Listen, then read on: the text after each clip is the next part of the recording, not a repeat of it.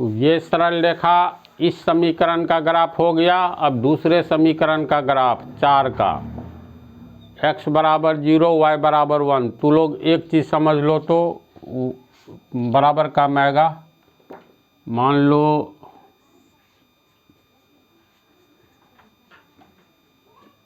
ये x axis और y axis हुआ, तो कोई भी दूरी हम लोग कहाँ से मापते हैं? मूल बिंदु से। तो x एक्सिस पर मापी गई दूरी x का मान होता है। x एक्सिस ये हुआ, मूल बिंदु से दाईं ओर प्लस में मापेंगे तो 1 2 3, इधर हो गया -1 -2, इस तरह से होगा ना।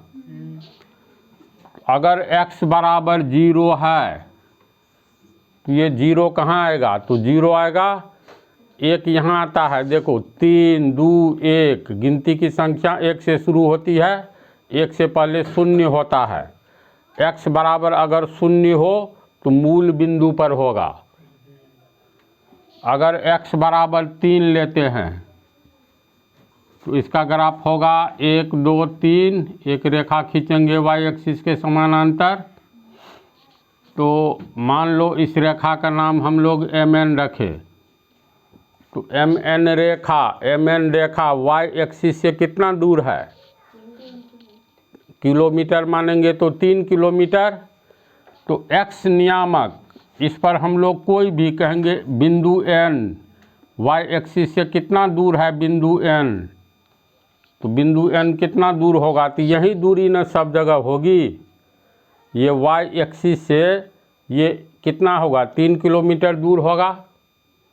यानी y एक्सिस पर x का मान मूल बिंदु पर 0 है, इसका मतलब प्रत्येक बिंदु पर 0 होगा। y एक्सिस पर x का मान 0 होगा। अगर हम लोग यहाँ से लेकर के यहाँ तक की दूरी ज्ञात करेंगे तो ये दूरी कितनी होगी? 3 किलोमीटर मानेंगे तो ये भी 3 किलोमीटर होगा। ये 0 किलोमीटर, 1 किलोमीटर, 2 किलोमीटर, 3 किलोमीटर। तो यहाँ से यहाँ तक 3 किलोमीटर है तो 0 किलोमीटर। और फिर इसी सामने में 1 किलोमीटर, 2 किलोमीटर, 3 किलोमीटर। तो y एक्सिस के किसी भी बिंदु पर x का मान 0 होगा। यही बिंदु ले, यहाँ एक बिंदु ले तो कितनी दूरी होगी? ये दूरी होगी, कहेंगे 0 किलोमीटर, फिर एक के सामने 1 किलोमीटर, 2 किलोमीटर, 3 किलोमीटर। यानी y एक्सिस के किसी भी बिंदु से रेखा mn कितनी दूर होगी? तो 3 किलोमीटर। तो y एक्सिस पर x का मान 0 होगा। ये बात दिमाग में आ रही है ना? तो y एक्सिस से हम y एक्सिस पर x नियामक किसी भी बिंदु का 0 होगा। यहाँ कोई बिंदु अगर D लेंगे तो D का x नियामक कितना होगा? तो 0 होगा। y नियामक तो ये तो मान लो 1 2 3, y नियामक देखो 1 2 3, 3 होगा। तो D बिंदु का x नियामक y नियामक, x नियामक 0 होगा, क्योंकि बिंदु D y एक्सिस पर स्थित है। तो याद रखना y एक्सिस पर x का मान 0 होता है। इसका ठीक उल्टा x एक्सिस पर किसका मान 0 होगा? y का मान 0 होगा। किसी भी बिंदु का y नियामक x एक्सिस पर 0 होगा और किसी भी बिंदु का y नियामक x एक्सिस पर 0। x एक्सिस जैसे ये है तो मान लेते हैं y का मान हमको 0 लेना है। तो y का मान 0 यही होगा ना मूल बिंदु पर। यहाँ जाएंगे तो 1 होगा, 2 होगा। तो इस बिंदु जैसे यही इसको पीछे की ओर बढ़ाएंगे, ED, ध्यान से देखो ED सरल रेखा x एक्सिस से कितना दूर है? तो 1 2 3 किलोमीटर मिलेंगे तो 3 किलोमीटर दूर है। अगर कहेंगे यहाँ F बिंदु ले लिए तो बिंदु F कितना दूर है x एक्सिस से? तो 3 किलोमीटर दूर है ना?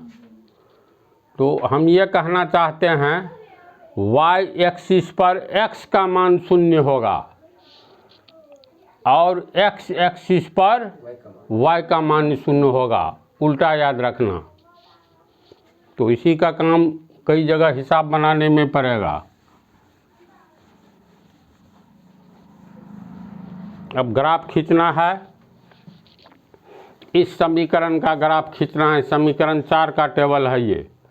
x का मान 0, x का मान 0 यहाँ पर होगा, तो y एक्सिस पर लाइन रिपीट कर देंगे।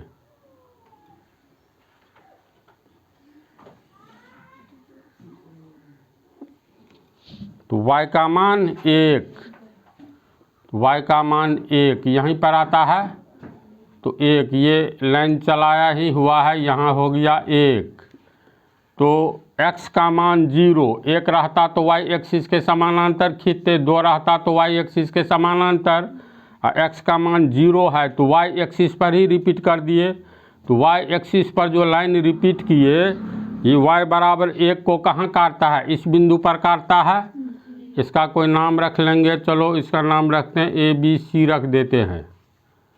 तो C नियामक बिंदु C का x नियामक 0, y नियामक 1,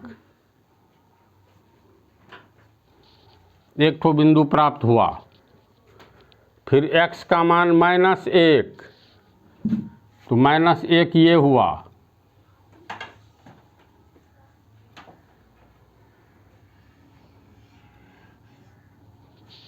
x का मान -1 तो y का मान -1, y का मान यहाँ होगा -1, तो यहाँ से एक समानांतर रेखा खींचेंगे, तो x का मान -1 वाला रेखा ये है, और y का मान -1 वाला रेखा ये है।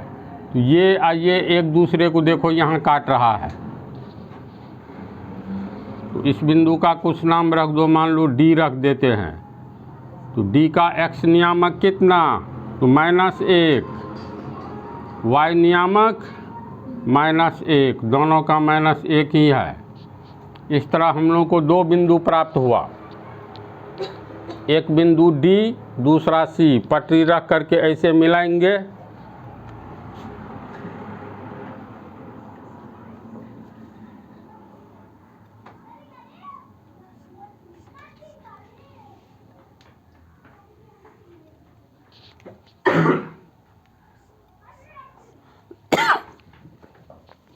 तो ये रेखा प्राप्त हुआ किस समीकरण से?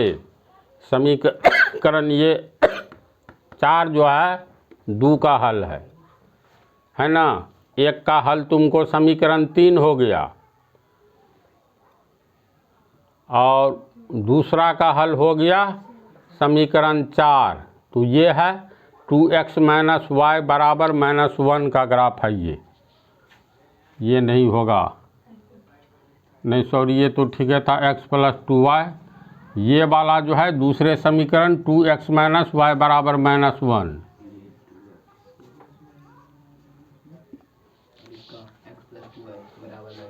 अब देखो दोनों समीकरण का एक सरल रेखा प्राप्त हुआ।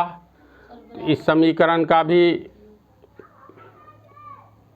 2x - y बराबर -1।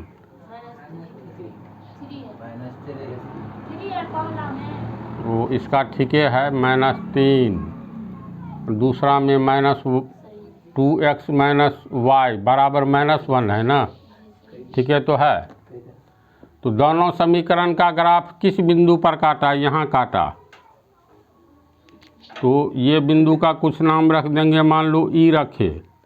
अब इसका x नियामक कितना है? चूँकि ये इसमें अपने से न खींचे हैं, बिंदु E का x नियामक दिए गए समीकरण में x का मान होगा, और बिंदु E का y नियामक दिए गए समीकरण में y का मान होगा। तो जिस समीकरण का ग्राफ हमें 2 सरल रेखा के रूप में प्राप्त होता है, और दोनों सरल रेखा एक दूसरे को जिस बिंदु पर काटता है, उस बिंदु का x नियामक दिए गए समीकरण में x का मान होगा, और उस बिंदु का y नियामक दिए गए समीकरण में y का मान होगा।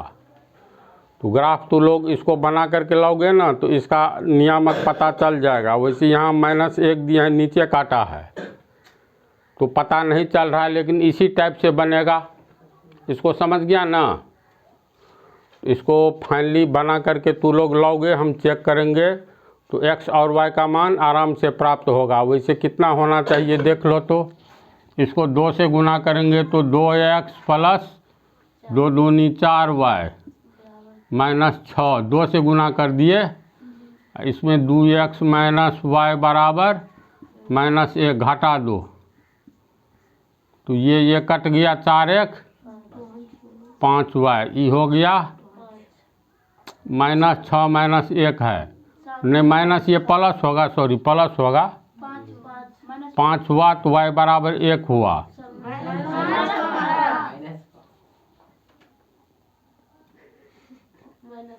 y बराबर -1 हुआ। ये जो है ना यहाँ पर काटना चाहिए, मतलब d यहाँ पर 1 है ना, -1 लिए हैं तब -2, चूँकि बोर्ड है हू बहू यहाँ पर काटेगा, पक्का काटेगा, तो लोग बना करके देखना। यहाँ पर x का मान भी -1 के है। तो इस तरह से समझ गया ना क्वेश्चन को। तो ये तो ऐसा समीकरण युग्म है, जिस समीकरण का युग्म हमें, मतलब जिस समीकरण युग्म का हल हमें प्राप्त होता है। इसके अगले पार्ट में बतलाएंगे ऐसा समीकरण युग्म जिसका हल प्राप्त नहीं होता है, जिसे हम लोग असंगत समीकरण युग्म कहते हैं।